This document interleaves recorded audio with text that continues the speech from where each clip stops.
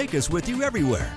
So a few weeks ago, we were happy to welcome Nougat Paws on the show, and Meg, my daughter, brought her cat, Margot, and we had a lot of fun introducing her to the audience. So we are having fun again this morning, and this time we have brought Dr. Tina Fields with animal medical professionals out in Ottawa to give us some tips. So good to see you. Good to see you. Thank you for having me. So she's being pretty good so far this morning. Very good, yes. Just for right now. Margot, how old is she, Meg? She'll be 4 months tomorrow. So far, she's doing pretty good. We have a golden retriever at our house. They're kind of getting along. They're feeling each other out. But she seems to be going through kind of some growth spurts. Is that kind of normal at this age? It is, yeah. They typically gain about 1 pound a month, so it's not unusual. So that's why, you know, whenever I heard she was 5 pounds, I was like, is she like around 5 months? And you said she was 4 months. So yes, it is very, very typical of them. So that's a good way that if a cat comes in as a stray, that we can kind of age them as well. So a cat comes in 2 pounds, we know they're about 2 months of age. So that's kind of how we dictate, you know, where to start vaccines and things like that. So she's kind of starting to get in the phase of biting, and we weren't really sure if, because I was not familiar that, because I've never had a kitten before, that they'll lose their baby teeth, and then, so is she teething right now? Like when she's starting to bite fingers and stuff, is that because she's teething? Yes, around 5 to 6 months of age is when they start losing their canines, and she's already probably losing her incisors at this point. So yes. Are we going to see them around the house? Probably not, no. She's probably going to swallow them. It's honestly very unusual for people to find the baby teeth laying around the house. So what is the right thing for us to do? So my office at home is upstairs in our bonus room, and so that's kind of the gathering place. So Meg will come in there with me, and we'll all watch TV while I do some work, and Margot goes nuts for the cables and the cords.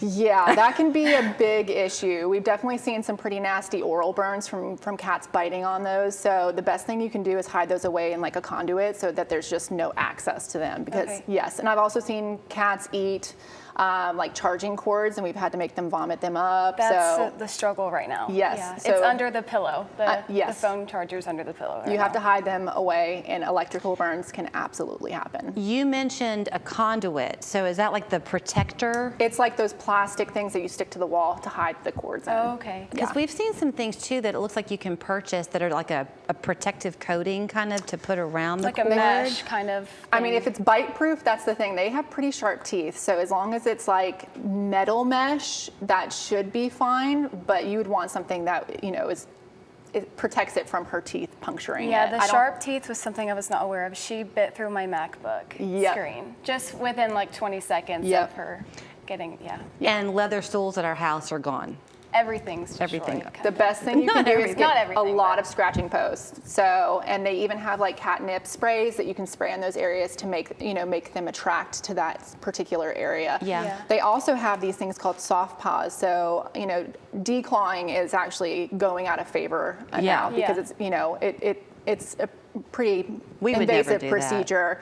But a lot of people do soft paws now, which is essentially like a fake nail for a cat. It's like a silicone cover. So, you know, that's something to get used to. If you do all the right things and you get scratching posts and she's not going to that, soft paws are a great alternative. But is this something with the holidays coming up, we don't really know what to do with Christmas time and a Christmas tree? As she's not going to be a year yet, and she hasn't been spayed either yet. So do you think that if we were to do that around the holidays, it would calm her down for a tree? Or do you recommend just doing that after, like it really won't make that big of a difference? It usually, I mean, it can calm them down to some degree, but of course some animals are just rambunctious, just personality-wise. So as far as the tree, I definitely would be careful with any glass ornaments or string ornaments. And I honestly, there's hilarious pictures on Instagram of people where they have like a half-covered tree where there's only ornaments in the top.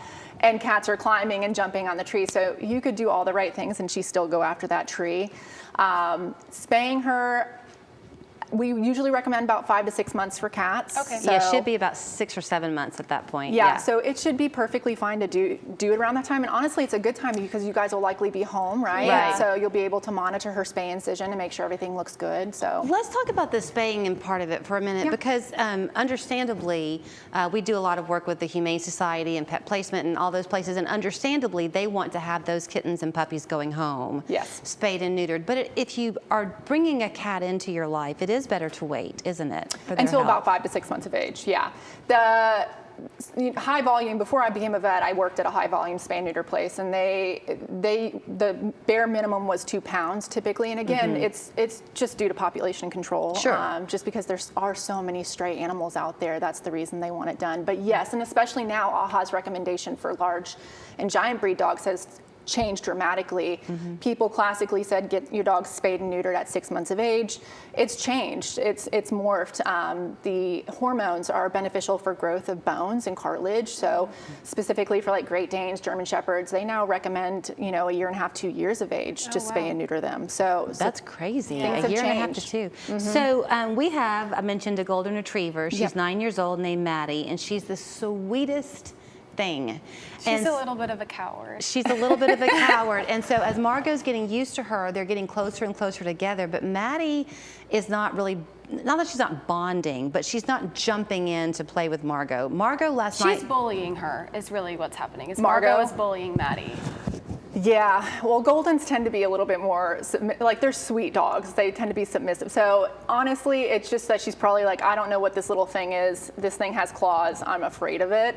The best thing you can do is just give them a lot of positive reinforcement when they're together. So treats for both of them. And then if Margot is bullying her, redirecting her behavior to a toy that you actually want her to play with. Okay. They have toys like that have catnip kind of inside of them. So like giving that to her to bite on instead of going after Maddie. Yeah. I don't think I would say that she bullies Maddie, but last night she literally was on Maddie's face. Yeah.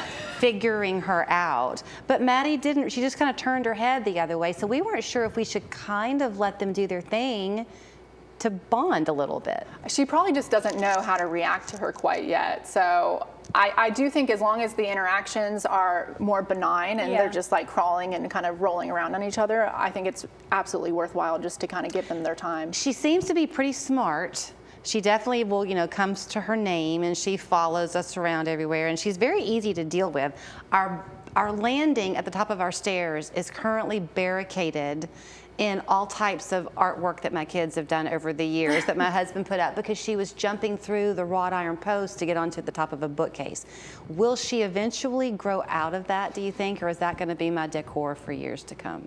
They tend to be mischievous for a while, so I have a feeling she might, and also she's going to learn her boundaries after a while, but cats are notorious. I mean, I have a second floor and my cat is jumping from balcony to balcony, so. Oh. Well, we already did have a scare where she managed to get onto the bookcase. And that's below. Yeah, below. And the jump up is really steep, and she fell off to the floor. Yeah. So maybe she'll learn her lesson if she tries to do it again, but right now we're not going to allow her to try. Try to, keep her from doing it. And honestly, cats are like, they're just amazing creatures. I mean, I've heard of cats, not that we want them to do this, but I've heard of cats falling from like a second story and landing and just running off and being perfectly fine. So. But making sure they land on their feet is how you're going to know if they. Yes, okay. And obviously if that ever happened, we would always want to check them out and just make sure that there's no, dislocations or anything like that. So we would talk to you all day, but we can't because I'm being given the wrap. But we thank you for your time. And if you ever wanted to come back and give us more little tips for Margot, I'm sure other people would love to hear them as well. Yes, ma'am. If you want to find Dr. Tina Fields and the whole team there at Animal Medical Professionals, you'll find them on Main Street in Ottawa. ampvetclinic.com is the website, and there is their phone number. Margot, you were much better today than last time. And she's so beautiful. Look at her little get up. She's kind of... I teach my kids to tackle their goals one step at a time. A Regions Green Print plan helped me build a down payment for my new place. And Andrea was extra supportive. Extra confidence from Green Print, extra care from our people. Extra is our ordinary at Regions. There's so many ways to turn your house into your dream home, from creating your new favorite room in the house, to screening in your porch, to covering your patio, and so much more. Save